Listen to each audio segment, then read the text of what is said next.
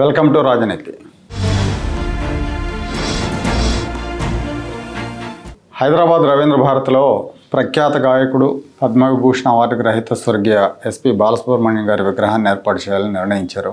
ఈ నెల 15వ తారీఖున ఆవిష్కరణకు ఏర్పాట్లు చేస్తున్నారు. అయితే దాని మీద కొంతమంది అభ్యంతరాలు వ్యక్తం చేస్తున్నారు. ఆంధ్రావాడైన బాలసుబ్రహ్మణ్యం విగ్రహం రవీంద్ర భారతిలో ఏర్పాటు చేయటం ఏంటని తెలంగాణ వాదుల ముసుగులో కొంతమంది హడావిడి చేస్తూ ఉన్నారు. బాలసుబ్రహ్మణ్యం బావ ప్రముఖ నటుడు శుభలేఖ సుధాకర్తో వాదులాటకు దిగారని వార్తల్లో చూశాను నేను. కేసీఆర్ నాటిన విద్వేష బీజాలు తెలంగాణ సమాజంలో ఎంతగా నాటుకుపోయాయనటానికి ఇది ఒక నిదర్శనం. ప్రాంతీయవాదం పేరుతో బాలసుబ్రహ్మణ్యం లాంటి బహుముఖ ప్రజ్ఞాశాలి విగ్రహ ఏర్పాటును అడ్డుకోవటం నిజంగా తెలంగాణ సమాజానికి సిగ్గుచేటు. ఇలాంటి వాళ్ళు ఉంటాం అక్కడ. బాలసుబ్రహ్మణ్యం పుట్టింది ఆంధ్రాలో నెల్లూరు జిల్లాలో అయినప్పటికీ ఆయన పాటల ప్రస్థానం మొత్తం మద్రాసు, హైదరాబాద్ కేంద్రంగానే సాగింది. హైదరాబాద్లో ఇదే రవీంద్ర భారతిలో ఆయన అనేక కార్యక్రమాల్లో పార్టిసిపేట్ చేశారు. 16 భారతీయ భాషల్లో 40,000కు పైగా పాటలు పాడి గిన్నిస్ బుక్ రికార్డులకు ఎక్కారు. ఆయన తెలుగు ఒక్కటే కాదు, తమిళం, కన్నడ, మలయాళం, హిందీ 16 భాషలు. ఒకే రోజు 1981 ఫిబ్రవరి 8వ తారీఖున ఒకే రోజు 28 కన్నడ పాటలు, 19 తమిళ పాటలు, 16 హిందీ పాటలు పాడి రికార్డు నెలకొల్పారు. శంకరాభరణం, సాగర సంగమం లాంటి సినిమాల్లో బాలు పాటలు ప్రేక్షకులను ఎంతగానో ఆకట్టుకున్నాయి. క్లాసు మాస్ శ్రోతలను ఆకట్టుకున్న బాలు హైదరాబాద్లోనే పాడుతా తీయగా అనే కార్యక్రమం ద్వారా అనేక మంది ఔత్సాహిక గాయకులను ప్రోత్సహించారు. అలాంటి బాలసుబ్రహ్మణ్యాన్ని ఆంధ్రావాడనే సాగుతో అవమానించడం సరికాదు.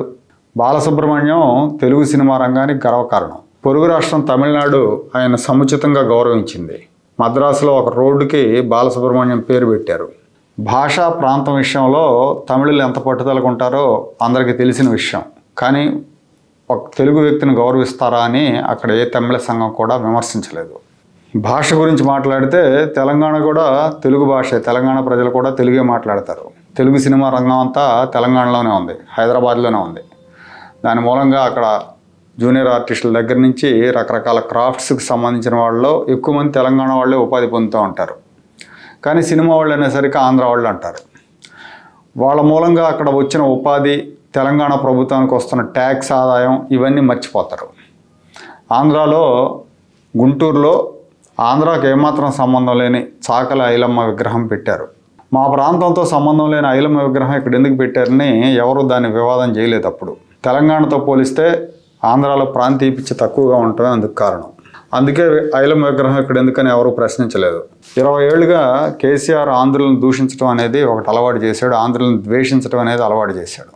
ఉద్యమ కాలంలో కేసీఆర్, ఆయన పార్టీ నాయకులు, ఆయన అనుచరులు ఆంధ్రులను అడ్డగోలుగా తిట్టారు. తినే తిండిని పేడ అన్నాడు ఆయన. దాని ఫలితం ఇప్పుడు అనుభవిస్తున్నాడు. గట్టిగా ఒక మొత్తం తింటే 2వ మొత్తం బయటకు వస్తుందని చెప్తున్నారు. మా మలమూత్రాలు తాగండి అన్నాడు ఒక ఒళ్ళు బలిసిన కవి. కూకట్పల్లి ఆంటీలంటూ ఆంధ్ర మహిళలను అవమానించారు. తరిమి కొడతామని, సిగ్గులేని నా కొడుకులని ఇష్టారీతిని తిట్టారు, దాడులు చేశారు. దానికి ఉద్యమం ముసుకేసి ఉద్యమ కాలంలో, ఉద్యమ సమయంలో ఇలాంటివన్నీ కూడా సహజం అన్నారు. వాటికి ఆంధ్ర నుంచి అంతే తీవ్ర స్థాయిలో స్పందన రాలేదు. ఏనాడు కూడా ఆంధ్రాలో కేసీఆర్ దిష్టి బొమ్మలు తగలబెట్టలేదు, గడ్డి బొమ్మలు తగలబెట్టలేదు.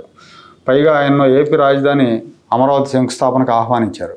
ఆయన కనకదుర్గమ్మ అమ్మవారి దర్శనానికి వస్తే స్వాగతం చెప్పారు, కానీ ఎవరు కూడా నిరసన ప్రదర్శనలు చేయలేదు. ప్రాంతీయ అభిమానం ఉండొచ్చు, కానీ ఇతర ప్రాంతాల వాళ్ళని ద్వేషించడం అనేది కరెక్ట్ కాదు.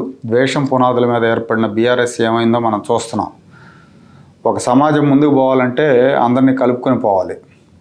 వీడు పలానా ప్రాంతం వాడు, లేదంటే వీడు పలానా కులం వాడు, లేదంటే వీడు ఉత్తరాది నుంచి వచ్చాడు, ఇక్కడ వ్యాపారాలు చేస్తున్నాడు అని తరిమి కొట్టాలనుకుంటే ఆ సమాజం క్రమంగా క్షయమైపోద్ది, కానీ ముందుకెళ్ళదు.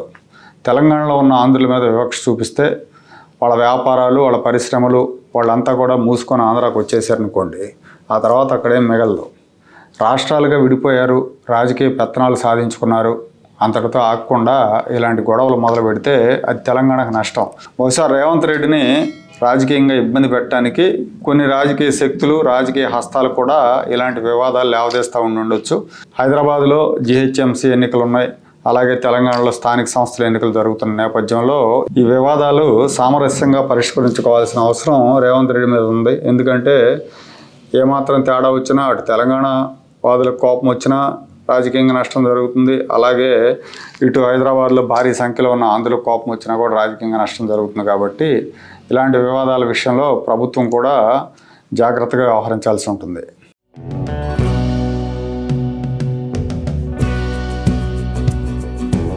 Like, share and subscribe to Rajaniti channel.